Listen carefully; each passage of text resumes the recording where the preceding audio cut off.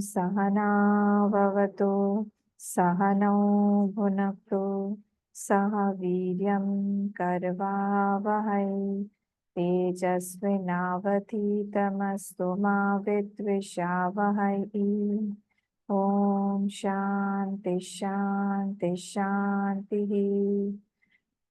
ओम वक्रतुंड महाकाय सूर्यकोटि समप्रभा निर्विघ्नं कुरु मे देव सर्वकार्येषु सर्वदा।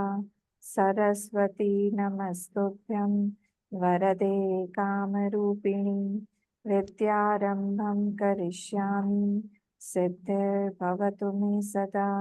गुरुर्ब्रह्मा गुरुर्विष्णुः गुरुर्देवो महेश्वरः गुरुरेव परं ब्रह्म तस्मै श्री गुरवे नमः। सदाशिवसमारम्भां शङ्कराचार्यमध्यमाम् अस्मदाचार्यपर्यन्तां वन्दे गुरुपरम्परां। श्रुतिस्मृतिपुराणानाम् आलयं करुणालयं नमामि भगवत्पाद शङ्करं लोकशङ्करं। समस्तजनकल्याणे निरतं करुणामयं नमामि चिन्मयं देवं सद्गुरुं ब्रह्मविद्वरं सद्गुरुं ब्रह्मविद्वरम्। ॐ पार्थाय प्रतिबोधितां भगवता नारायणेन स्वयं व्यासेन ग्रथितां पुराणमुनिना मध्ये महाभारतम् अद्वैतामृतवर्षिणी भगवती अष्टादशाध्यायिनी अम्ब त्वामनुसन्दधामि भगवद्गीते भवद्वेषिणी। नमोऽस्तुते व्यासविशालबुद्धे पुल्लारविन्दायतपत्रनेत्र येन त्वया भारततैलपूर्णः प्रज्वालितो ज्ञानमयः प्रदीपः प्रपन्नपारिजाताय स्तोत्रवैत्रैकपाणये ज्ञानमुद्राय कृष्णाय गीतामृतदुहे नमः। सर्वोपनिषदो गावः दोग्धा गोपालनन्दनः पार्थो वत्स सुधीर्भोक्ता दुग्धं गीतामृतं महत्। वसुदेवसुतं देवं कंसचाणूरमर्दनं देवकी परमानन्दं कृष्णं वन्दे जगद्गुरुं कृष्णं वन्दे जगद्गुरुं। आज हम लोग 19th और 20th श्लोक देखेंगे। हम लोग देख लेते हैं पहले।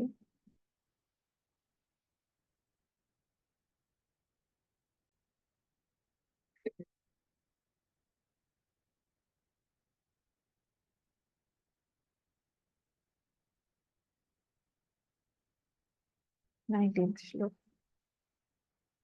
ओम श्री परमात्मने नमः। अथ त्रयोदशोऽध्यायः।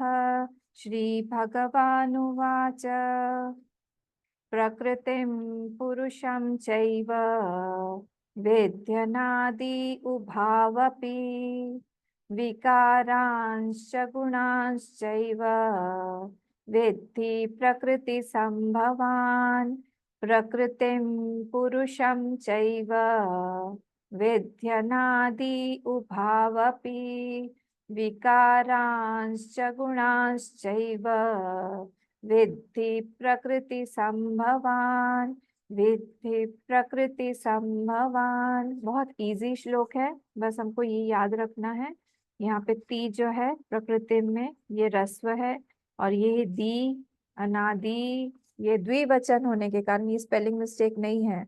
अनादि में हमेशा शॉर्ट ई रहती है ना, दी ई अनादि बोलते हैं, पर यहाँ पे द्विवचन होने के कारण उभव मतलब दोनों, तो ये प्रकृति और पुरुष दोनों के लिए अनादि बोला गया है, इसलिए द्विवचन हो गया। तो अनादि उभावपि होगा।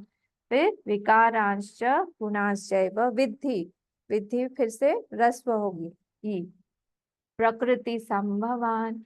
इजी श्लोक है, कौन बोलेगा? हम मैं बोलो। हाँ, एक एक करके सब लोग बोलिए।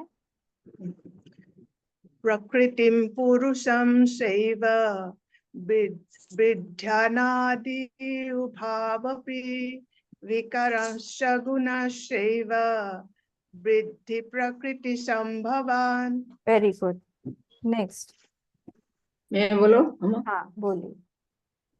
प्रकृतिं पुरुषं चैव विद्यनादि उभावपि विकारांश गुणांश्चैव विद्धि प्रकृति संभवान। Very good, next. मैं बोलूं अम्मा? हाँ बोलिए। प्रकृतिं पुरुषस्नैव पुरुषम, विद्यनादि पुरुषम चैव, पुरुषं प्रकृतिं पुरुषं चैव विद्यनादि उभावपि विकारं च गुणं चैव विद्धि प्रकृति संभवान। हाँ विद्धि में ज्यादा देर रुकना नहीं है। हाँ, विद्धि प्रकृति संभवान, क्योंकि यहाँ पे ई जो है छोटी है। सेकेंड लाइन फिर से बोलिए। विद्धि विकारांश गुणं चैव विद्धि प्रकृति संभवान। हाँ, विद्धि पे ज्यादा देर रुकेगा। नेक्स्ट। मैं बोलो अम्मा। हाँ बोल। प्रकृतिं पुरुषं चैव विद्यनादि उभावपि विकारांश गुणांश्चैव विद्धि प्रकृति संभवान्। Very good, next. प्रकृतिं पुरुषं चैव विद्यानादा विद्याना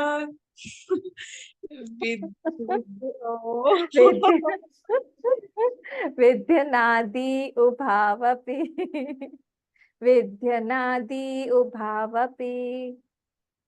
विद्यनादि उभावपि कारांच गुणांचैव विद्धि प्रकृति संभवान्। Good good, next. नेक्स्ट। कृतिं पुरुषं चैव विद्यनादि उभावपि विकारांश्च गुणांश्चैव विद्धि प्रकृति संभवान्। Good, next. प्रकृतिं पुरुषं चैव विद्यनादि उभावपि विकारांश गुणांश्चैव विद्धि प्रकृति संभवान्। Very good, next. मैं बोलूं? एक एक करके बोल।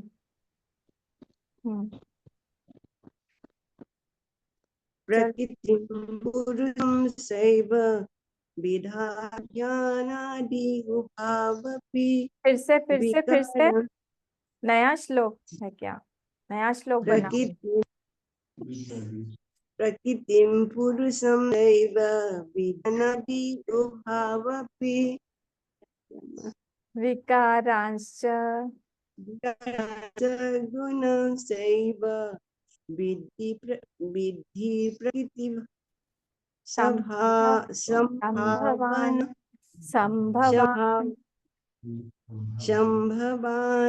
फिर से बोलिए। विकारांश गुणांश्चैव विद्धि प्रकृति संभवान। Very good, next. मैं बोलूं? हाँ बोल। प्रकृतिं पुरुषं चैव विद्यनादि उभावपि विकारं च गुणं चैव गुणांश विकारांश अंश ऐसे बोले। विकारांश च गुणांश चैव विकारांश गुणांश्चैव विद्धि प्रकृतिसम्भवान्। फिर से बोलिए तो एक बार। प्रकृतिं पुरुषं चैव विद्यनादि उभावपि विकारांच गुणांच चैव। नहीं, यहाँ पे विद आपका च मिस हो रहा है मीनाक्षी जी। अच्छा विकारांश्च गुणा, एकदम अच्छा धीरे धीरे च को लीजिए। विकारांश्च गुणांश्चैव। विकारांश्च गुणांचैव विद्धि प्रकृतिसम्भवान्। गुड। नेक्स्ट। नेक्स्ट कोई है? नहीं तो मैं नेक्स्ट श्लोक पे चलती हूँ। कार्य कारण कर्तृत्वे हेतु प्रकृतिरुच्यते। अब ये विसर्ग आधा फ बन जाएगा because it is followed by a प। कार्य कारण कर्तृत्वे हेतु प्रकृतिरुच्यते। पुरुष सुख, अब यहाँ पे विसर्ग जो है इट इज फॉलोड बाय स, so therefore it will become half स। यहाँ पे फ मत बनाएगा, ऐसा नहीं होगा पुरुष सुख दुखान। यहाँ पे पुरुष सुख दुखाना भोक्तृत्वे हेतु रुच्यते। जो भी फॉलो कर रहा है वही ये बन जाता है। हाँ, तो यहाँ पे प फॉलो कर रहा है तो प वर्ग का ही फ बन जाएगा। यहाँ पे स फॉलो कर रहा है तो इसीलिए यहाँ पे वो हाफ स बन जाएगा। कार्य कारण कर्तृत्वे हेतु प्रकृतिरुच्यते। पुरुष सुख दुखानां भोक्तृत्वे हेतुरुच्यते। हाँ, कौन बोलेगा? बोलूं मैं? हाँ बोलिए। कार्य कार्य कारण ने मेरे बुक में करण है। करण लिखा है क्या? हाँ मेरे बुक हाँ हाँ हाँ, ठीक कर लीजिए सो। ठीक, मैं इसको कर लूंगी। हाँ, करण होगा या करण होगा? नहीं नहीं, करण ही होगा। अच्छा। कार्य करण कर्तृत्वे हेतु प्रकृतिरुच्यते। पुरुष सुख दुखानां भोक्तृत्वे हेतुरुच्यते। वेरी गुड, फिर से एक बार बोलिए। मैं कार्य बोला हूँ। करण कर्तृत्वे हेतु प्रकृतिरुच्यते। पुरुष सुख दुखानां भोक्तृत्वे हेतुरुच्यते। वेरी गुड, मैंने ठीक कर दिया। चलिए। मैं बोलूँ? हाँ, एक एक करके बोलो। हाँ, हीरामणि बोलो। कार्य करण कर्तृत्वे हेतु प्रकृतिरुच्यते। पुरुष सुख दुखानां भोक्तृत्वे भोग। भोक्तृत्वे हेतुरुच्यते। Very good. नेक्स्ट। मैं बोला माँ। हाँ, कार्य करण कर्तृत्वे हेतु प्रकृतिरुच्यते। पुरुष सुख दुखानां नहीं, पुरुषस हो जाए, पुरुषस। पुरुष सुख दुखानां भोक्तृत्वे हेतुरुच्यते। Very good. नेक्स्ट। मैं बोलूँ अम्मा? कार्य रुको, अब हमें नामा बोल रहे हैं, फिर सुतपा बोलेंगे। हाँ, कार्य करण कर्तृत्वे हेतु प्रकृतिरुच्यते। पुरुष सुख दुखानां अब हम भोक्तृ ये होगा पुरुषस सुख दुखानां, पुरुषस हो जाएगा। पुरुष सुख नहीं, दुखानां पुरुष नहीं, पुरुषस। पुरुष सुख दुखानां भोक्तृत्वे हेतुरुच्यते। हाँ, कुछ कुछ चीजें ना हमको एक्चुअली हमारी प्रैक्टिस में नहीं है ना। जब हम हैबिचुएटेड हो जाएंगे अपने आप वो आ जाएगा ये फ फ। हाँ सुतपा। कार्य कारण कर कर्तृत्व करण, करण है वो, सॉरी मैंने कारण लिखा था, करण है। कार्य करण कर्तृत्वे हेतु प्रकृतिरुच्यते। अब सुतपा देखो, अब ये विसर्ग जो है ना हेतु के बाद, उसको फ बना दो तो हो जाएगा हेतु। हेतु प्रकृति रुच्यते, हाफ फ हो जाएगा ये। फिर से बोलो।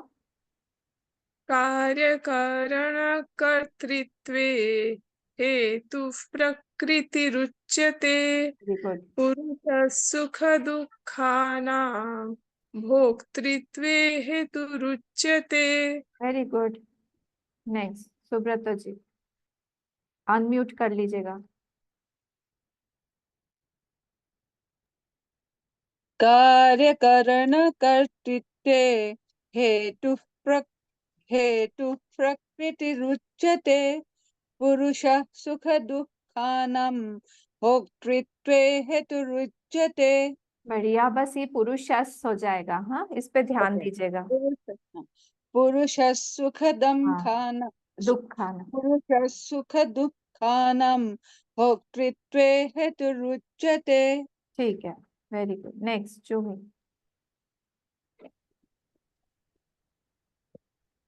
कार्यकरणकर्तृत्वे हेतुष्प्रकृतिरुच्यते।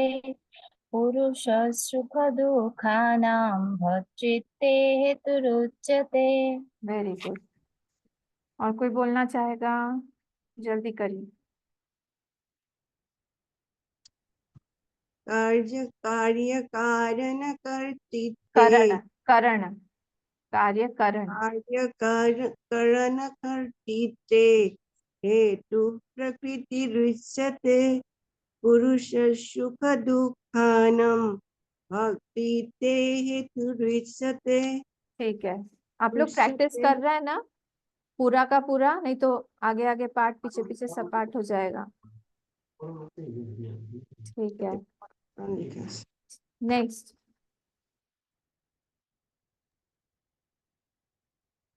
मैं कार्य बोलूँ? कारण कृत कार्य कर्तृ कारण नहीं, सॉरी। कार्यकरण हाँ, कर्तृत्व। सॉरी, मेरी ही गलती हो गई थी। हाँ, कार्यकरण कर्तृत्वे हेतु प्रकृति उच्यते। पुरुष सुख दुःखानां भोक्तृत्वे हेतुरुच्यते। Very good. नेक्स्ट मैं मीनाक्षी। बोलूँ अम्मा? हाँ, कार्य करण कर्तृत्वे हेतु प्रकृतिरुच्यते।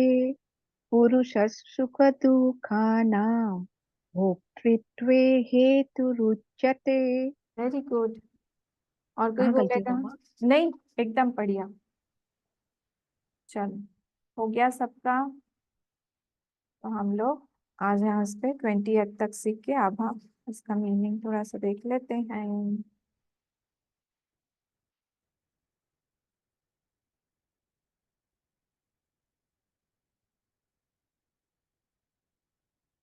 हम लोग कौन से वाले श्लोक पे थे? 8th श्लोक। ठीक, चैंट टुगेदर। हम 8th श्लोक है, 7th वाला और 8th वाला दोनों चैंट करेंगे sir. You have to learn till 11th shloka. हाँ, सब लोगों को मैं पूछूंगी, कभी भी कोई मुझसे मिल जाएगा ना।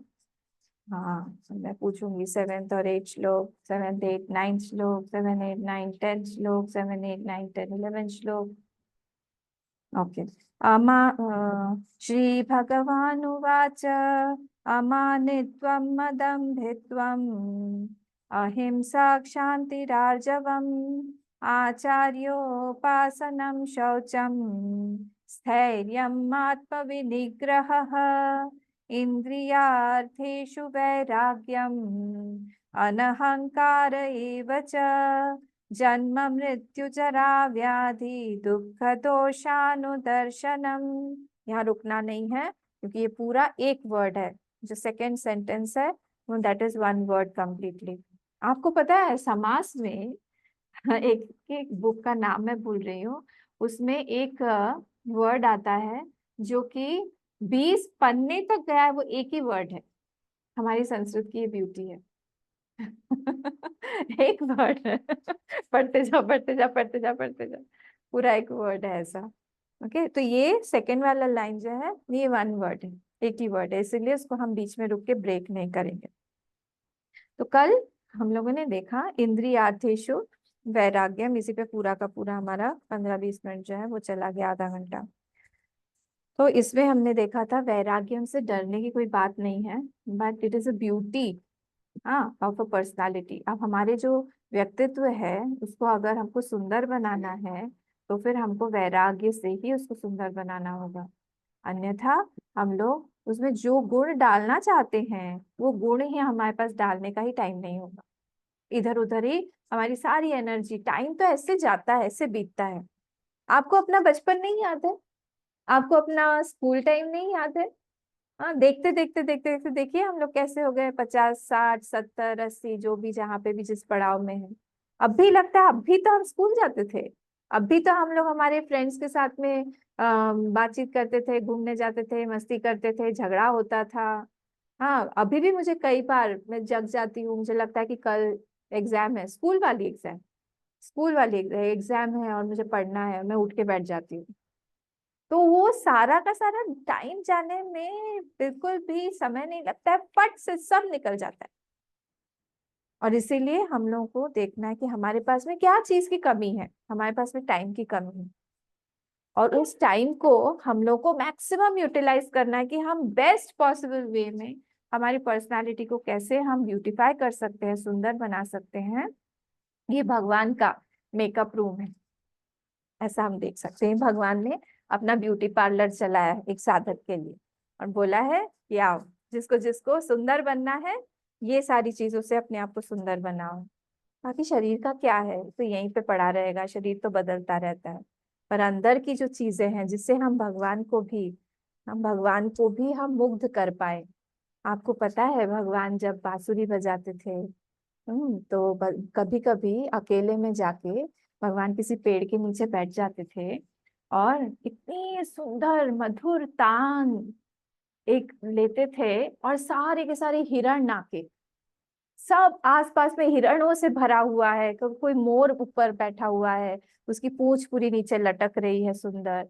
वो लोग एक टक भगवान को देखते रहते थे।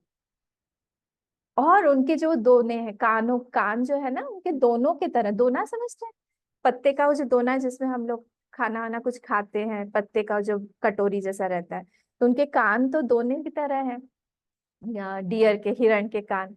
तो लोग ऐसे करके पूरे भगवान को सुनते रहते, भगवान उसी में प्रसन्न हो जाते थे।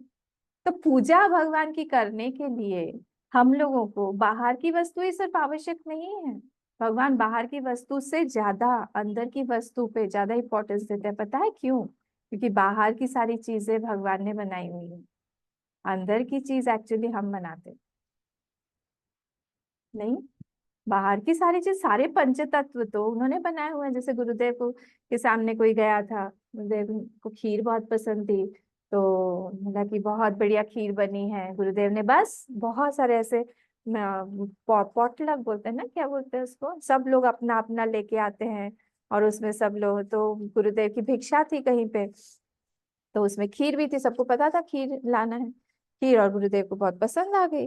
बस गुरुदेव ने बोल दिया कि बहुत अच्छी खीर बनी है, हु मेड इट। तो जिसने बनाया था कहीं से भीड़ से टपक के इधर से उधर से करके वो सामने आ गई लेडी बोलने के लिए कि मैंने बनाई है। बस जैसे ही बोल दिया who made it and I made it, बोल दिया आए, गुरुदेव तो गुरुदेव है। गुरुदेव ने कहा कि अच्छा, what did you make in it? Did you make the rice? Did you make the milk? तुमने दूध बनाया है, तुमने चावल बनाया है, और यू मेड द शुगर? क्या बनाया है तुमने? ले गुरुदेव समझ गए कि बहुत बड़ी गलती कर दी, महात्माओं के सामने थोड़ा कम ही मुंह खोले तो अच्छा है। जाके बोल दिया मैंने बनाया है। बोला यही है, यही चीज गलती करते हैं हम। तो यहाँ पे बाहर की चीज जिससे भी हम पूजा कर रहे हैं, फूल, हम सुबह फूल तोड़ के लाते हैं, अरे बनाया किसने है? वो तो सब भगवान ने कहा कि मैं इतना उसको इतने दिनों से उसको कली था, कली बड़ी हुई, फिर उसमें फूल खिला, फिर वो सब वो तो तुमने तोड़ लिया आके। और अगरबत्ती वो भी किसी और ने बनाया हुआ है, खुशबू भी उसपे भगवान ने डाली हुई है। पानी किसने बनाया हुआ है? हम जल चढ़ाते हैं, हम थोड़ा सा छोटा सा कटोरा रहता है, सबसे छोटा कटोरा हमारे भगवान का। पूरे घर में हमारा सबसे बड़ा बड़ा, और भगवान का इतना सा छोटू सा कटोरा, उसमें हम कुछ देते हैं। वो भी जो भी देते हैं वो भी भगवान ने बनाया हुआ है। हम कुछ कर ही नहीं सकते, कुछ बना ही नहीं सकते हैं। तो इसीलिए बहुत शर्म आनी चाहिए जब हम लोग पूजा करने बैठते कि मैं क्या दूं। और आपको पता है भगवान के पास में एक चीज क्या नहीं है? हाँ, हाँ, भगवान के पास में अहंकार नहीं है। भगवान के पास में अहंकार नहीं है और वो हमारे पास में भरपूर है। जीव के पास में भरपूर है, नहीं तो हम जीव ही नहीं बनते ना। तो वो उसको निवेदित करना चाहिए। हर एक इसमें जो भी हम पुष्प चढ़ा रहे हैं, पुष्प में अपना अहंकार थोड़ा सा डाल के प्रभु जी प्लीज ये इसको खा लीजिए, इसको खत्म कर दीजिए, यही हमारे और आपके बीच में जो है पर्दा बना हुआ है, इसको खत्म कर दीजिए। ऐसे हर एक चीज में डालना चाहिए, हर एक चीज में डाल डाल के अपना अहंकार खत्म करना चाहिए। तो मैं ये बता रही थी कि बाहर की चीजें जो भी हम पूजा में यूज करते हैं वो एक भी चीज हमने बनाई हुई नहीं है, पर अंदर अगर हम अपना मन सुंदर बनाते हैं, शुद्ध सुमन, सुमन, सुमन मतलब पुष्प जो होता है वो वैसे सुंदर हमने पुष्प की तरह अपना मन बनाया है। वो मन में हमने थोड़ा सा उसमें सुगंध, उसमें जो फ्रेग्रेंस है वो किस चीज की है? श्रद्धा, भक्ति, समर्पण, इसकी खुशबू डाली हुई है और उस मन को हम लोग अर्पित कर रहे हैं। और उसमें हम भगवान को बोल रहे हैं कि प्लीज आप इसको ग्रहण करिए। तब भगवान जो है प्रसन्न होते हैं कि अच्छा इसने कुछ तो बनाया है। और ये भगवान का जो मेकअप रूम है, इसमें हम लोग एंटर करते हैं धीरे धीरे और देखते हैं कितनी सारी चीजें हैं जो हमारे लिए हैं, जो हमको अच्छा बनाएंगी, सुंदर बनाएंगी। तो हम लोग जो अमानित्व हम देख चुके हैं, अदम्भित्व हम देख चुके हैं, अहिंसा देख चुके हैं, शांति मतलब क्षमा देख चुके हैं, ऋजुता आर्जवम देख चुके हैं, कपट नहीं है। कपट बहुत बुरी चीज होती है। आचार्योपासम हम देख चुके हैं, शौचम देख चुके हैं, स्थैर्यम आत्म विनिग्रह ये भी देख चुके हैं हम। अब कल जो हमने इंद्रियार्थेषु वैराग्यम देखा कि वैराग्य किस तरह से हमको हेल्प करता है, आज हम देखेंगे अनहंकार एवच। और नेक्स्ट वाली लाइन भी होपफुली वी विल कंप्लीट और will go to the next shloka. देखते हैं क्या भगवान चाहते हैं। तो अब अनहंकार, इसका हमने यहाँ पे अगर आपको याद हो अमानित्व में हमने इसी को डिटेल में देखा था कि अमानित्व मान जहाँ होता है मतलब अहंकार के द्वारा ही हो रहा है। अगर कहीं पे भी हमारा मान है, हम लोग अपने आप को कहीं पे कुछ बन के जाना चाह रहे हैं, तो वो अहंकार से ही है। और अहंकारी आदमी बहुत ज्यादा हर्ट होता है। हर जगह पे उसको, हर जगह पे उसको एक तो एक्सपेक्टेशन रहेगी, उसकी एक्सपेक्टेशन पूरी नहीं होती है। और जब एक्सपेक्टेशन पूरी नहीं होती है, आशावादी, आशा है हमको, इससे भी आशा है, उससे भी आशा है, और सारी आशाएं चूर चूर हो जाती है उसकी, चकनाचूर। और जब चकनाचूर होती है तब दुख, दुख होता है उसको। या तो दुख होगा, या उसको गुस्सा आएगा, या फिर अपने एक शेल में वो चला जाता है। और कभी कभी अहंकार बढ़ जाता है उसको। तो अहंकार के बहुत सारे ऐसे दुर्गुण हैं। तो हम लोगों को ये कोशिश करना चाहिए कि अहंकार जो बोला है अनअहंकार एवच, अहंकार से हम दूर रहे। हाँ, रामचरितमानस में एक चौपाई आती है जिसमें तुलसीदास जी कहते हैं अहंकार, अहंकार डमरुआ, डमरुआ जो होता है ना, हाँ, डमरुआ मतलब होता है गठिया गांठ का जो दर्द, आर्थराइटिस, आर्थराइटिस को बोलते हैं अति दुखद डमरुआ। अहंकार अति दुखद डमरुआ, बहुत जैसे दर्द होता है, हम किसी को बोल भी नहीं पाते हैं, सामने वाला देख के बोलता है क्या हुआ है तुमको, कुछ दिख तो नहीं रहा है, पर वो जो दर्द हो रहा है एक एक एक एक जोड़ में, वो हमको ही पता है कि कितना दर्द हो रहा है। अहंकार अति दुखद डमरुआ। और दंभ कपट मद मान नेहरूआ, नेहरूआ मतलब होता है न्यूरोलॉजिकल डिसऑर्डर, नसों का रोग, न्यूरोलॉजिकल नेहरूआ। तो दंभ कपट मद मान, ये सारे के सारे जो है ये नेहरूआ है, ये न्यूरोलॉजिकल डिसऑर्डर्स हैं, नसों की प्रॉब्लम। और ये वाला जो है क्या बोलते हैं अहंकार अति दुखद डमरुआ, इससे हमें बहुत बच के रहना चाहिए। तो ये जो अधम, अमानित्वम, अदम्भित्वम, अहिंसा, ये सब अनहंकार से ही आता है। अगर अहंकार रहेगा तो ये तीनों ही नहीं रहेंगे।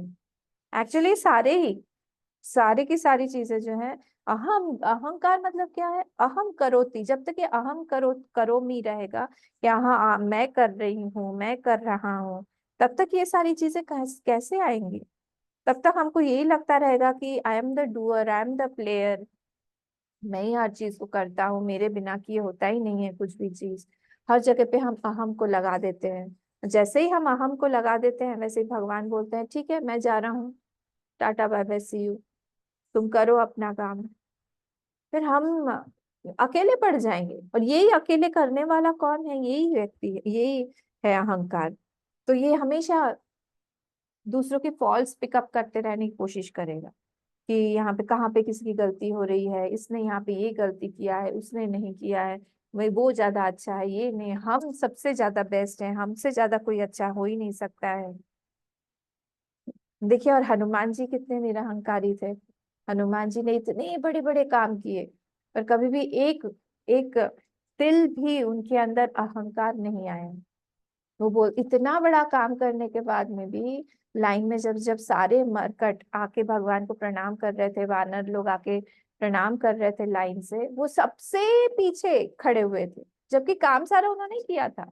सब लोग आगे आगे आ गए कि हाँ हम लोग राम जी को ये गुड न्यूज देंगे कि सीता जी मिल गई हैं, सीता जी की खबर लग गई है। पर वो एकदम आखिरी में नतमस्तक हो गए। और फिर भगवान ने उनको जब गले लगाया, भगवान ने बोला कि देखो मैं तुमसे उऋण नहीं हो सकता हूँ, मैं तुम्हारा ऋण हमेशा लेके रहूंगा। प्रणाम कर रहे हैं, बार बार उनके चरणों में गिर कर बोल रहे हैं प्रभु शाखा मृग के अति मनुसाई, शाखा ते शाखा पर जाए। मैंने मैं तो एक शाखा मृग हूँ। शाखा मृग मतलब एक मृग होता है जो नीचे चलता है, मृग मतलब एनिमल।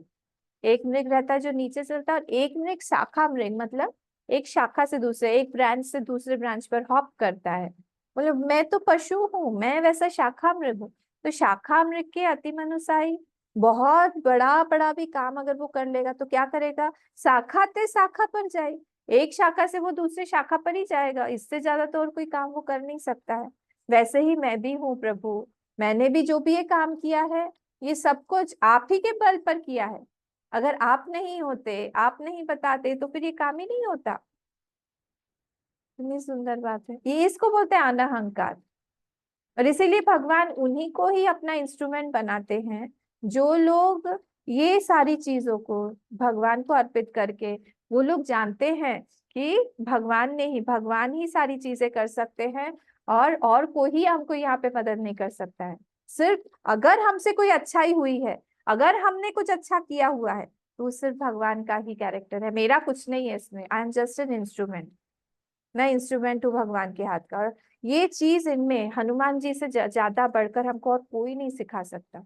इतना बड़ा बड़ा काम किया भगवान ने, सॉरी हनुमान जी ने, और वो सारी की सारी चीजें हर पल वो भगवान को अर्पित करते रहे कि प्रभु मैं आपका दास हूँ, आपने मुझसे ये कर्म करवाया, यही बड़प्पन है, यही इसी में आपकी बढ़ाई है, मैं तो उसके उसके भी काबिल नहीं। ठीक है, ये इसको बोलते हैं अनहंकार। हम हमेशा अपनी गलतियां सबसे पहले दिखनी चाहिए कि नहीं मेरी गलती हुई है। प्रभु का अगर हमको प्यारा बनना है, अगर हमको चाहिए कि भगवान हमसे बहुत प्रेम करें, प्यार करें, तो ये सबसे बड़ी, सबसे पहले ये क्वालिटी हमारे अंदर आनी चाहिए कि गलती मेरी है, आपकी नहीं है प्रभु, मेरी गलती है, किसी और की गलती नहीं है, मेरी गलती है।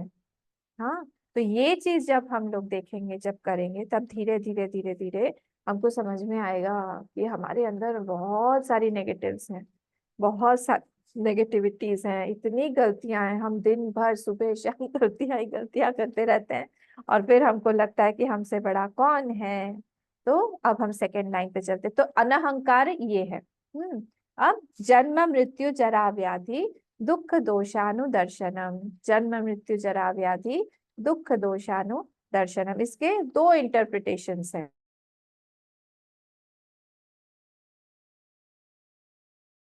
तो इसके जो है दो इंटरप्रिटेशंस कैसे होंगे? इसको एक इंटरप्रिटेशन हम ये लेंगे, जन्म मृत्यु, देखिए पूरा सेंटेंस पढ़िए, जन्म मृत्यु जरा व्याधि दुख, आया, यहाँ तक रुक जाइए। तो ये सारे के सारे क्या है? जन्म, जन्म में हम क्या देख रहे हैं? हम दुख देख रहे हैं। मृत्यु में क्या देख रहे हैं? हम दुख देख रहे हैं। हम जरा में क्या देख रहे हैं? दुख देख रहे हैं। व्याधि में क्या देख रहे हैं? दुख देख रहे हैं। हाँ, और सेकंड इंटरप्रिटेशन ये है, ये सारे के सारे दोष है। जन्म, जन्म क्या है? जन्म जो है दोष है। मृत्यु क्या है? दोष है। जरा क्या है? दोष है। व्याधि क्या है? दोष है। दुख भी क्या है? वो भी दोष है। तो इसके दो दो इंटरप्रिटेशंस ऐसे हैं। तो जन्म दोषानुदर्शनम, जन्म में दोष हम देखें, समझ में आ रहा है? तो दोनों वर्ड्स को हम दोनों में लगाएंगे। तो दोष जो है, जन्म में हम दोष देखें, अभी हम नहीं देखते हैं। हाँ, हम लोग बहुत आगे का प्लान करते हैं, है ना? हम लोग अगले जन्म का भी प्लान करते हैं। कभी भी ये नहीं सोचते कि अगला जन्म हमें नहीं चाहिए बाबा। हाँ, यही प्लान करें अगला जन्म हमारा बहुत अच्छा हो, इसलिए हम अच्छे कर्म कर रहे हैं। क्यों चाहिए अगला जन्म, ये नहीं सोचते हैं कि इस जन्म में क्या काफी नहीं है इतना दुख। तो ये दोष देखना जन्म में, ये साधक का सबसे प्रथम कर्तव्य होना चाहिए कि कंटिन्यूसली वो दोष देखता रहे। जब वो दोष जब तक नहीं देखेगा, उसे सुख बुद्धि बनी रहेगी, और जैसे ही सुख बुद्धि बनी रहेगी वो फंसता रहेगा। हर जगह पे फंसावट वही होती है जहाँ पे हम सुख देखते हैं। अगर हम सुख देखना बंद कर दें किसी भी जगह पे, हम बच जाएंगे उस जगह से। जैसे अगर मैंने आप लोगों को बोला कि ये पानी जो है, पानी, आपने बोले पानी पी सकते हैं, मैं हाँ हाँ पी सकते हैं, बस कुछ नहीं इसमें, वो जो टैप का जो पानी है ना, वो वाला पानी है, हम नहीं पिएंगे। बोले क्यों, आपके पास में अच्छा वाला पानी नहीं है क्या?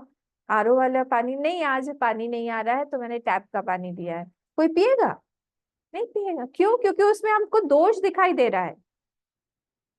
अनोइंगली जो है हम जब पी जाते हैं वो बात अलग है, पर जब बोला जाता है, जब दोष हम लोग देख रहे हैं, कोई दिखा रहा है, उसके बाद भी अगर हम पिए, तो फिर क्या है? फिर हमारी मति जो है वो ठीक नहीं है। फिर तो भगवान ही हमको संभाल सकते हैं। भगवान से बोलना पड़ेगा कि हमको बुद्धि दे, इसलिए बुद्धि मांगनी चाहिए।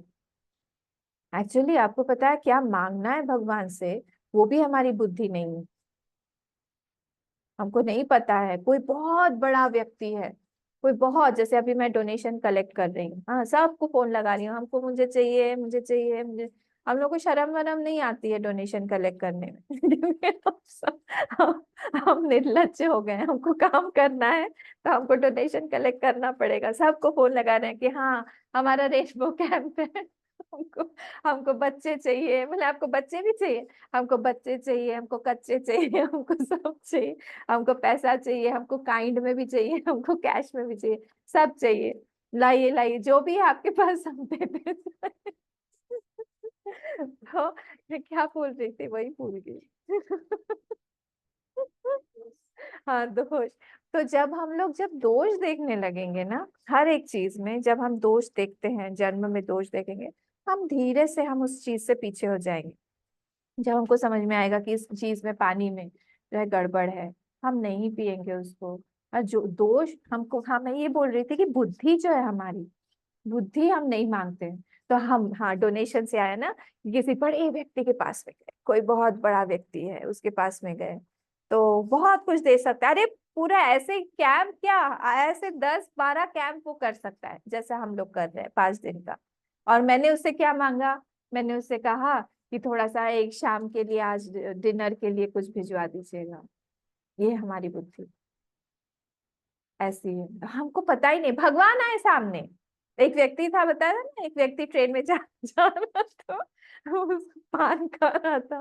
पान खाते खाते, आप लोग खाते हैं ना कई लोग पान, तो पान खाते खाते उसका चूना खत्म हो गया, चूना खत्म हो गया। और उसी समय भगवान आ गए। तो भगवान आए, बोले बस मांगो क्या चाहिए तुमको? उसने कहा प्रभु हमारा चूना खत्म हो गया, चूना दे दीजिए। हम भी ऐसे ही चूना मांगते हैं और चूना लगवाते रहते हैं। हमको पता ही नहीं है भगवान को क्या दे सकते हैं। हमको इसीलिए बुद्धि, भगवान से बोलना चाहिए प्लीज हमको बुद्धि दीजिए, थोड़ी सी ठीक ठाक करिए इसको, यही गड़बड़ है, सारी चीजें यहीं पे गड़बड़ है। हम लोग जब वृंदावन जाते हैं, वहां पे एक जगह है, वहां पे क्या बोलते हैं उसको, रमण रेती। आप लोग गए कोई? रमण रेती।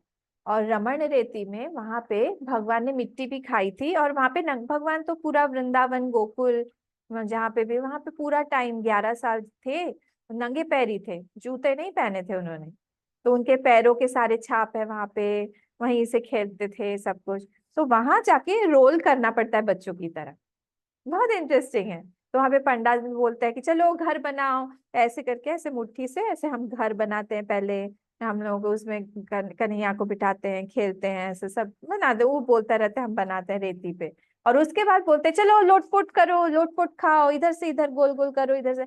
और हम लोग सब क्या करते हैं, इसको बचाते हैं, सिर को बचा के ऐसे कि सिर में रेती चली जाएगी सारी, और फिर लेटते हैं। फिर वहां पे वो लोग चिल्लाते हैं, जो लोग स्वामी जी लोग सब रहते हैं ना आसपास, अरे यही तो, ये मिट्टी यहीं पे टच होनी चाहिए, सारा का सारा प्रॉब्लम तो यहीं से है, अहंकार तो यहाँ पे बैठा हुआ है, बुद्धि तो यहाँ पे नहीं है। यहाँ पे जब तक वो मिट्टी टच नहीं करेंगे तब तक हमारा गड़बड़ रहेगा मामला। और इतना इंटरेस्टिंग है, आपको पता है वहां पे जो कर्ण है ना, एक एक कर्ण, एक वाइट और एक डार्क, एक वाइट एक डार्क, रेती में, और इतना सॉफ्ट रेती। ऐसा बोलते हैं लक्ष्मी जी पूरे के पूरे वृंदावन की रेती में बिछी हुई है। तो एक हो गई है पूरा, एक। तो इस तरह से भगवान, तो हम लोग जब लेटते हैं, रोल करते हैं, सिर पे रोल करना है, करने के लिए बोलते हैं। तो बुद्धि इसीलिए बहुत जरूरी कि हम देख सके, पिन पॉइंट कर सके एग्जैक्टली कि कहाँ पे गड़बड़ है और हम लोग को कहाँ पे ठीक करने की जरूरत है।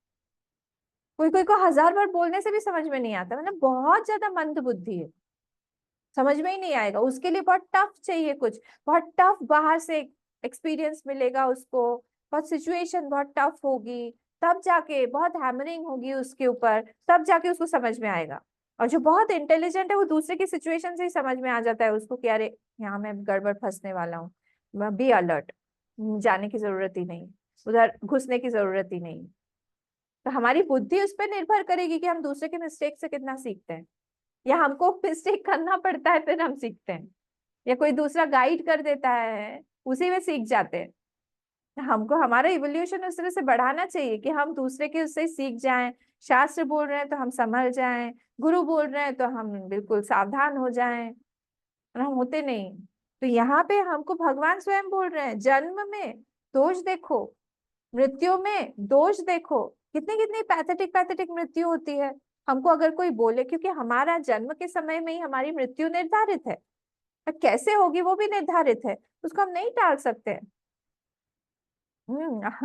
परसों ही मैं एक कुछ रील देख रही थी, तो उसमें था कि ये यमराज जी जो है वो, यमराज जी थे, हाँ, यमराज जी जो है वहां पे कैलाश में गए, और कैलाश में जब गए, उतरे वहां पे, तो वहां पे गरुड़ थे, गरुड़ भगवान जो है वहां पे खड़े हुए थे, क्योंकि नारायण भगवान को लेके वो आए थे, उन लोगों का कोई कॉन्फ्रेंस कोई मीटिंग चल रहा होगा अंदर, तो नारायण भगवान अंदर थे।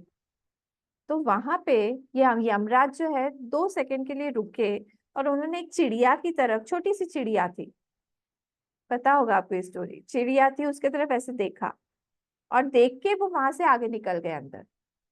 गरुड़ ने ही देख लिया, तो गरुड़ को लगा कि ये यमराज जो है इसकी तरफ देख रहे हैं, इसको उठा के लेके जाएंगे शायद नेक्स्ट, इसकी मृत्यु मतलब है।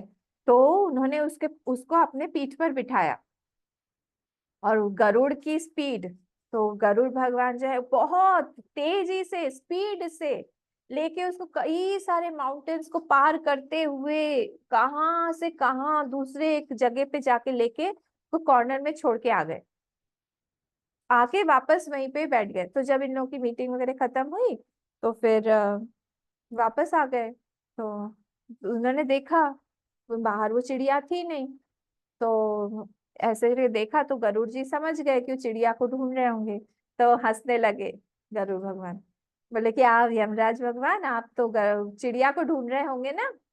हाँ, तो बोले हाँ एक्चुअली मैं चिड़िया को ढूंढ रहा हूँ, क्योंकि उसकी मृत्यु मैंने देखा था कि उसकी मृत्यु वो दूर पहाड़ में लिखी हुई थी, वहां पे उसको एक सांप निगलने वाला था,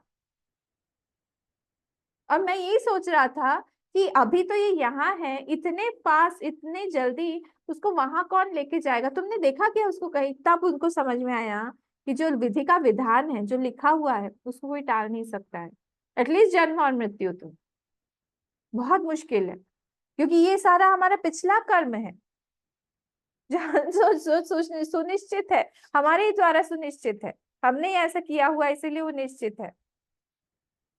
इसलिए बहुत इसमें जब तक हम लोग दोष नहीं देखेंगे कि हमको मरना है और किस तरह से मरेंगे, बहुत कभी कभी बहुत पैथेटिक डेथ्स होती है, बहुत पैथेटिक डेथ होती है, वो जल के मरना, हाँ सफोकेट होके मरना, और किस किस तरह से ट्रेन के एक्सीडेंट्स होते हैं उस तरह से मरना। एक सेकंड में कोई चलो एक्सीडेंट हो, एक सेकंड में मर जाए, पर वो जो तड़प के जब मरता है, कितना कितना मतलब पैथेटिक है वो सारा चीज, वो हमको नहीं है, हमको देखना भी ना पड़े दूसरे का, कभी कभी देखना भी पड़ता है दूसरे का। ये सब दोष नहीं है, ये सब दुख नहीं है, ये सब बार बार जब एक व्यक्ति देखता रहता है, ये सब देख के तो सिद्धार्थ जो है वो गौतम बुद्ध बन गए। ये संसार है, संसार में ये सब होगा ही, संसार में अगर मुझे जाना पड़े तो ये सब अनिवार्य है, बिना इसके चल ही नहीं सकता। इसीलिए प्रभु मुझे चाहिए ही नहीं, इसमें से मुझे बचना है, चाहे कैसा भी जन्म हो, हमको माँ के गर्भ में जाना ही पड़ेगा, माँ के गर्भ में उल्टा लटकना ही पड़ेगा, वहां पे 9 महीना रहना ही पड़ेगा। 9 महीने अगर नहीं रहे तो फिर इंक्यूबेटर में रहो, बाहर आके माँ से दूर रहो, वो माँ भी पता नहीं कैसी मिलेगी हम लोगों को, और आगे आगे आगे आगे जन्म होगा, पता नहीं कितने सारे इंजेक्शंस लगने पड़ेंगे। अभी कोई ये सब कोविड वोविड का तो आता ही होगा, और भी सारे इंजेक्शन, धीरे धीरे धीरे धीरे कौन कौन से और इंजेक्शंस लगेंगे, वैक्सीन लगेंगे, क्या क्या होगा। स्कूल में और सब्जेक्ट्स बढ़ते जा रहे हैं, और प्रेशर होगा, कितना कुछ, और देखिए कितना खराब होता जा रहा है, बाहर आके इतना पीयर प्रेशर, हर जगह पे प्रेशर। ये सब चीजों में बोल रहे हैं यूं कि दुख जो है वो लगा हुआ है, उसको बार बार देखते रहो, नहीं तो फिर। और जरा, हा, जरा जरा को हम कैसे छोड़े, हम लोगों में से ही कई लोग हैं उसमें, हर चीज में प्रॉब्लम, शरीर में उठने में प्रॉब्लम, बाथरूम में जाने में प्रॉब्लम, किसी का सपोर्ट चाहिए कंटिन्यूअसली, किसी से कुछ बोल नहीं सकते हैं, बोलेंगे तो फिर बोलेंगे कि आपको पता ही नहीं है, आजकल बहुत फॉरवर्ड चला गया है, कभी सुनाई नहीं देता है, कभी दिखाई नहीं देता है, हमेशा डर लगा रहता है कि कुछ होगा कि नहीं, बाथरूम में बहुत संभल संभल के जाना पड़ता है, कहीं पैर फिसला तो गए काम से, दांत नहीं है, दांत भी धीरे धीरे हम वेदांती बन रहे हैं वेदांती बन रहे हैं एक एक रिजाइन कर रहा है दांत, धीरे करके हम सब उसी में, उसे एक ही इसमें है। आप मत सोचिए मैं मजाक कर रही हूँ, मैं मजाक इसीलिए कर रही हूँ कि उसको थोड़ा सा हल्का बनाने के लिए, पर वो है नहीं हल्की चीज, हम सबको उसमें से जाना है। हाँ इसीलिए थोड़ा सा देखना पड़ेगा, मतलब जरा ऐसा है कि हमको सॉलिट्यूड में धक्का धकेल देता है, अब आपका कोई नहीं, रहो अकेले, अकेले पड़े रहो, जीवन भर हमने सबके लिए किया, आखिरी में क्या है, अकेले रहो, और उस समय भगवान का नाम लो। सारी की सारी चीजें ऐसे बना देते हैं भगवान, ज्यादा हम बोल नहीं पाते, ज्यादा खा नहीं पाते, और इच्छाएं, ओ माय गॉड, इच्छाएं तो ऐसी बढ़ जाती है उस समय, सारी की सारी इच्छा ऐसे लगता है कि बहुत यंग हो गई है, सब करना है हमको, सब देखना है हमको, सब खा के देखना है हमको, सारी चीजों का टेस्ट पता होना चाहिए, सब लोगों के बारे में खबर हमको रहनी चाहिए। कैसा हो जाता है माइंड। और उस समय अगर एक व्यक्ति, संसारी व्यक्ति, आपकी बात नहीं कर रही हूँ, अगर संसारी व्यक्ति पूजा पाठ नहीं करता है, सत्संग नहीं करता है, जप नहीं करता है, उसकी सोचिए कैसे पैथेटिक कंडीशन होती है। कई लोग होंगे आपके आसपास में भी, हम लोग को तो गुरुदेव ने बचा लिया, चिन्मय मिशन गुरुदेव ने फॉर्म करके वो बचा लिया, इतना ज्ञान देके हमको बचा लिया। कैसे कैसे लोगों की हालत हो जाती है बुढ़ापे में, अकेले, बिल्कुल कोई सत्संग नहीं, कोई अच्छी बात सुनाने वाला नहीं, किसी से भी फोन करते हैं तो वो अपनी दुख की गाथा रोता रहता है कि हमारे साथ में ऐसा हुआ, आप सुनिए हमारी बात, यही सारी चीजें चलती रहती है। गुरुदेव की तरह गोल्डन एज होना चाहिए, एज हम सब लोगों के पास में ओल्ड एज आएगा, पर गुरुदेव का ओल्ड एज कैसा था, ऐसे भी होते हैं ग्रेशियसली वो जिए उस पीरियड को भी, सब लोग जो है उनके आसपास में रहने के लिए बिल्कुल लाइन लगी रहती थी कि हमको गुरुदेव के साथ रहना है। ऐसा भी पर्सनालिटी हम बना सकते हैं। तो वो सब सारी चीजें अध्यात्म से बनती हैं। आध्यात्मिक जीवन जो है उसी से ही मन हमारा शांत होता है। हाँ, उसी से ही हम देख पाएंगे। तो यहाँ पे बोल रहे हैं दुख दोष अनुदर्शनम, अनु अनु कंटिन्यूसली उसमें दोष देखते रहो। एक भी समय ऐसा नहीं होना चाहिए कि हमारे दोष नहीं हो। आपको पता है वसुदेव जी, भागवत जिन्होंने पढ़ी हुई है उनको ये बात पता होगी। वसुदेव जी आखिरी में, ये किसमें आता है, 11th कैंटो में आता है, 11th स्कंद में, 11वें स्कंद में आखिरी में जाके वो नारद जी से बोलते हैं, वसुदेव जी कौन, भगवान के पिता। वो जाके भगवान, वो बोल रहे हैं नारद जी से कि आप मुझे बता, आप मुझे ज्ञान दीजिए। तो नारद जी हंसने लगे, हाँ हाँ हाँ, कौन, आपको पता है आप कौन है, आप भगवान के पिता हैं। भगवान के बाप है आप। अरे हाँ हमको पता है। बोले कैसे, ये जो श्री कृष्ण भगवान है वही तो भगवान है, और आप बोल रहे हैं आप उनसे जाके बात करिए। बोले नहीं, आप बता दीजिए। बोले क्यों ऐसे बोल रहे हैं। बोले देखिए हमको याद आया, मैंने पिछले जन्मों में बहुत तपस्या किया था।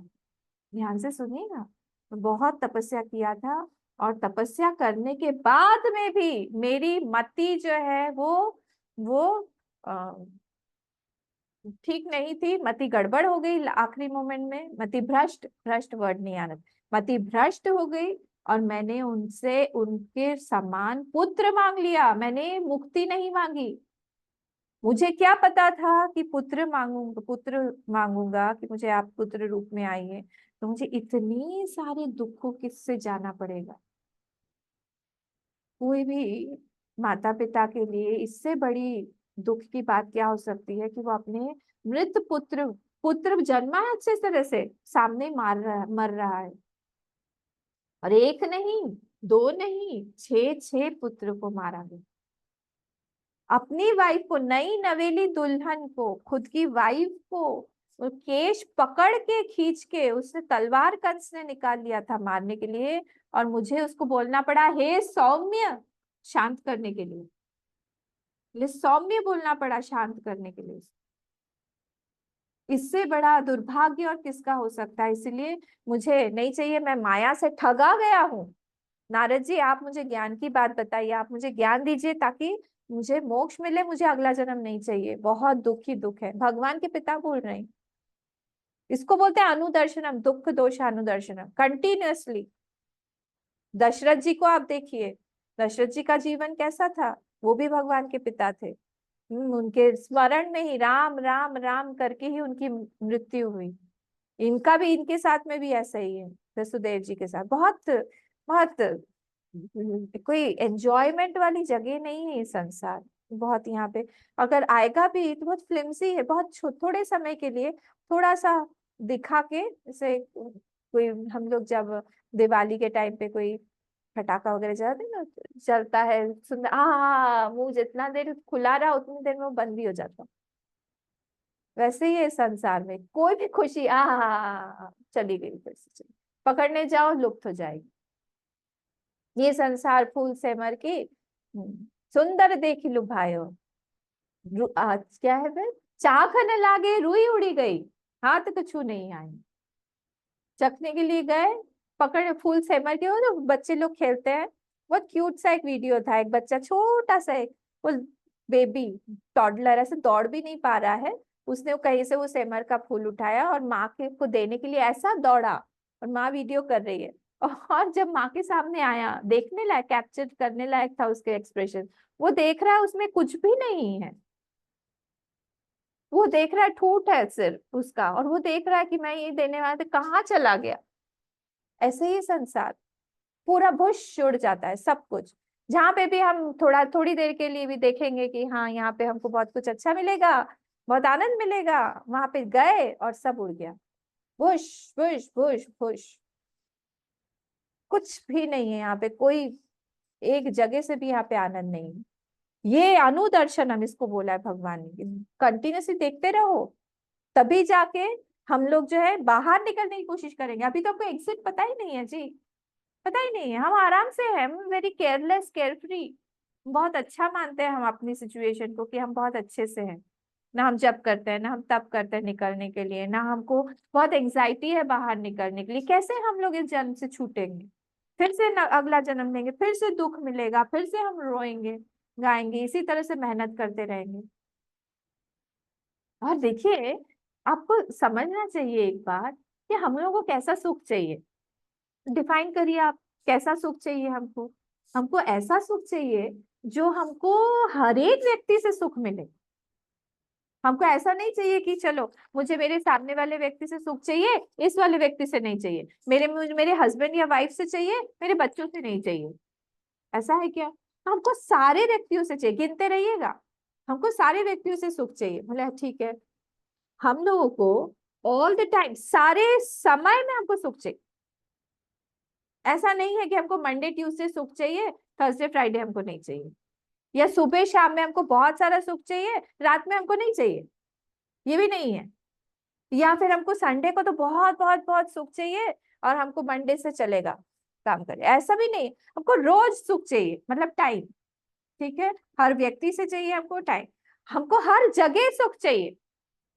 देखिए, ये सुख हमारा डेफिनेशन है सुख का, सबका हमारा। तो हर जगह पे चाहिए, ऐसा नहीं है कि हमको सिर्फ गुवाहाटी में ही चाहिए। और हम लोग अगर दिल्ली चले जाए, गोवा चले जाए, वहां पे अरे वहां पे तो हमको और ज्यादा सुख चाहिए। सब जगह चाहिए, एक जैसा चाहिए सुख, सारी जगहों पे भी सुख चाहिए। और पता है आपको और क्या है? और हमको बहुत सारा काम करके चाहिए क्या? हाँ हाँ, नहीं, बिना काम का सुख चाहिए। इसीलिए Sunday is the best day. जब कोई काम, गृहिणियों के लिए अलग बात है, संडे तो वर्स्ट डे होता है कि सब लोग घर पे रहते हैं, उनको काम करना पड़ता है। पर जब हमको काम नहीं करना पड़ता, that is our Sunday. Sunday मतलब बेस्ट डे। तो बिना कुछ काम किए हमको सुख चाहिए। और एक और बात इसमें एक और ऐड करना चाहिए, हमको कंटिन्यूअसली चाहिए। ऐसा नहीं होता है कि हमको थोड़ी देर के लिए मिले फिर चला जाए, फिर थोड़ी देर के लिए मिले फिर चला जाए, फिर थोड़ी देर के लिए फिर चला जाए। ये हमारा डेफिनेशन है जी सुख का। और हम इसको ढूंढते कहाँ पे हैं? गलत जगह पे ढूंढते हैं। तो जब एड्रेस ही गलत है तो फिर वो चीज हमको मिलेगी कैसे? तो गलत एड्रेस दे दिया आपने, और फिर वो आदमी ढूंढता रहता है, ढूंढता रहता है, ढूंढता रहता है, ढूंढता रहता है, मिलता ही नहीं है क्योंकि एड्रेस ही गलत है। जहाँ पे जैसे नहीं, हमको शक्कर चाहिए और हम नींबू निचोड़ रहे हैं, कैसे होगा? मिठास तो आएगी नहीं नींबू से। वैसे ही संसार जो है वो दुख का ही पूरा जगह है। दुखालयम शाश्वतम भगवान बोलते हैं इसको गीता में। और वहां पे हम सुख चाहते हैं, और हम बच्चों को भी बोलते हैं सुखी रहो सुखी रहो। कैसे वो सुख रहेगा? कैसे सुखी रहेगा बताइए? सुखी भव, खूब आशीर्वाद तो दे देते हैं, मंत्र तो देते नहीं है उसको सुखी रहने का। हमें को खुद ही कोई नहीं पता है, आशीर्वाद हम सबको देते हैं। ये भगवान के ज्ञान के अलावा, इस ज्ञान के अलावा, तज ज्ञानम मतम मम जो बोला है ना भगवान ने सेकंड वाले श्लोक में, उसके अलावा हम लोग को सुख जो है कहीं भी प्राप्त नहीं हो सकता है। इसीलिए भगवान यहाँ बोल रहे हैं बार बार, जरा जन्म मृत्यु जरा व्याधि दुख दोषानुदर्शनम, हर जगह पे जो है तुम उसको देखते रहो देखते रहो देखते रहो। भगवान ने ये सारी चीजें ना हमको फ्रूट्स ऑफ एक्शन देने के लिए बनाई। ये हमको दिमाग में फिट कर लेना चाहिए। संसार बनाया हुआ है हमको कर्मफल देने के लिए। कर्मफल बहुत अच्छी चीज नहीं होती है। अच्छा, अगर बहुत बहुत कोई अच्छा व्यक्ति है हमारे साथ में, बहुत ही कोई अच्छा व्यक्ति है, फिर तो अच्छी बात है। हम दिखने में भी अच्छा, देखिए ये कॉम्बिनेशन बहुत रेयर है। हाँ, दिखने में भी बहुत अच्छा है, बोलने में भी बहुत अच्छा है, काम भी बहुत अच्छा करता है, हर चीज में एक्सपर्ट है। हाँ, वाणी तो उसकी इतनी मधुर है। ये सारे के सारे मिलते नहीं, बट सपोज आपके पास में है बोले, आपके आसपास में ये सारी के सारे क्वालिटीज है, बोले अम्मा अब आप बताइए कितना अच्छा है आसपास में। ठीक है, अच्छा है कितने दिन के लिए? एक ना एक दिन तो ऐसा आएगा, या तो आप नहीं रहेंगे या वो नहीं रहेगा, तब आपके मन को तो आदत पड़ गई उसकी, फिर तो दुख होगा ही फिर से। यहाँ पे एवरीथिंग इज टेम्पररी। कुछ भी यहाँ पे परमानेंट नहीं है। और हम परमानेंट की चीज जो है हमारी सिर्फ एक आत्मा ही है, ब्रह्म ही है, हमारे भगवान ही है। उसके अलावा कहीं पे भी हम जाके हम भागते रहेंगे, वहां पे हमको दुख ही होगा। तो इसीलिए फेलियर जो है एक सीकर की, वो क्या है, वो यही है कि वो इस चीज को नहीं जान रहा है कि यहाँ पे दोष देखना चाहिए। वो सब कुछ में अच्छा, बहुत बढ़िया, हम जाके ही पूछते हैं कि आपका क्वालिफिकेशन क्या है, आपने क्या काम किया। ये नहीं पूछते हैं हम कि गीता का कितना श्लोक हो गया। भले हम आप क्या बात कर रहे हैं, हम ये थोड़ी पूछेंगे किससे। नहीं, हमारे मन में तो ये रहे, कितना कितना आध्यात्मिक है वो, कितना पूजा पाठ करता है वो, जप वगैरह करता है कि नहीं, किसी आध्यात्मिक ऑर्गेनाइजेशन से जुड़ा हुआ है कि नहीं। फिर ये नहीं है, बाहर में खूब उसकी चर्चा है। क्या फायदा है इस जीवन से, बताइए। मतलब वो नेम फेम के पीछे ही भाग रहा है, झूठा नेम फेम कितना उसको सहारा देगा, कितने दिन तक देगा। ये चीज जो है यहाँ पे भगवान बता रहे हैं। तो आज हमने ये 8th वाला जो श्लोक है ये कंप्लीट किया। अब हम 9th से जो है कल देखेंगे। कल भी सैटरडे है ना, कल क्लास है, हम लोग कल देखेंगे। ओम पूर्णमदः पूर्णमिदं पूर्णात् पूर्णमुदच्यते पूर्णस्य पूर्णमादाय पूर्णमेवावशिष्यते। ओम शांति शांति शांति। हरि ओम। श्री गुरुभ्यो नमः। हरि ओम।